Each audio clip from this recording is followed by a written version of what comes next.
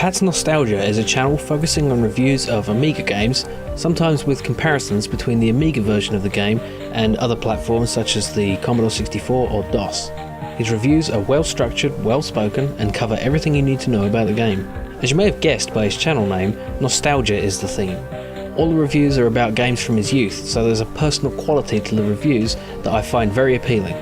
I know well the effect of nostalgia, and you can tell that these are often games that hold significance for Pat. Let's take a look at some clips. This Hero Quest must be the coolest board game ever. I wanted it so much. But how does that old saying go? Be careful what you wish for. That Christmas I got Hero Quest. The problem was, nobody wanted to play with me. Because it was apparently too complicated. And nobody wanted to play the part of the evil witch lord anyway, who is basically the game master and has to play all the monsters. So while my siblings played with their new toys, I was stuck reading the rulebook of Hero Quest. What a sad Christmas. So the game began collecting dust. But then, in 1991, my uncle called. He was a PC user and told me that he accidentally bought an Amiga game and thought I could have it. And that game was the Amiga conversion of Hero Quest.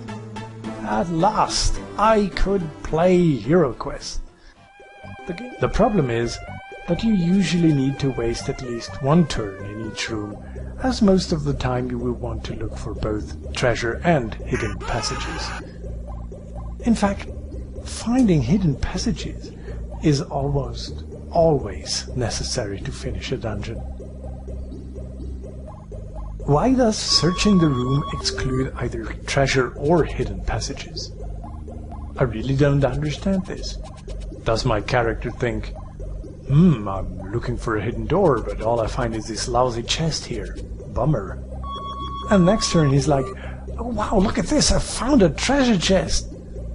It doesn't make sense. Graphically, there is not much to complain. The introduction pictures are beautiful. The menus equally nice to look at, and while the main game window is a little bit small, the whole presentation is very well done, with a great color scheme and nice, if few, animations. The music is simply wonderful. It has a great theme and a beautiful mod rendition.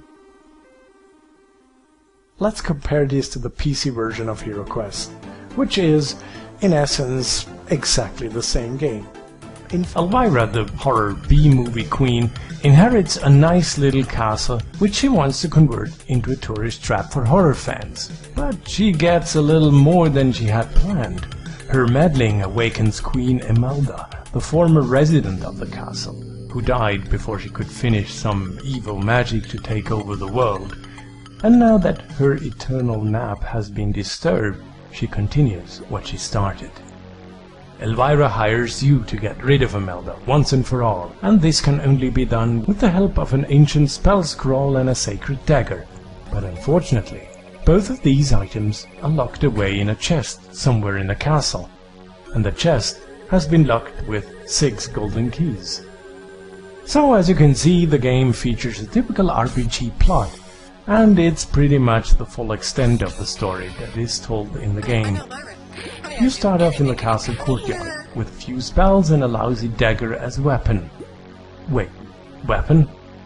Yes, much like in any RPG, you have to fight enemies throughout the castle. For this, the game switches to a special fight screen where you have the option to attack and defend yourself. There are numerous ways to die. The most frequent might be when losing a fight. But there are a lot of other reasons that end your life, each one depicted in a grisly, over-the-top manner typical of horror B-movies. While this may sound frustrating, it actually adds quite a bit of atmosphere to the game. I mean, it's just so much cooler in a horror game when death lurks behind each step. Saving often helps a lot against frustration. So that was Pat's Nostalgia. Hope you enjoyed those clips, and if you click the annotation on the screen or go to the link in the description, you will be able to find his channel. So, thanks for watching.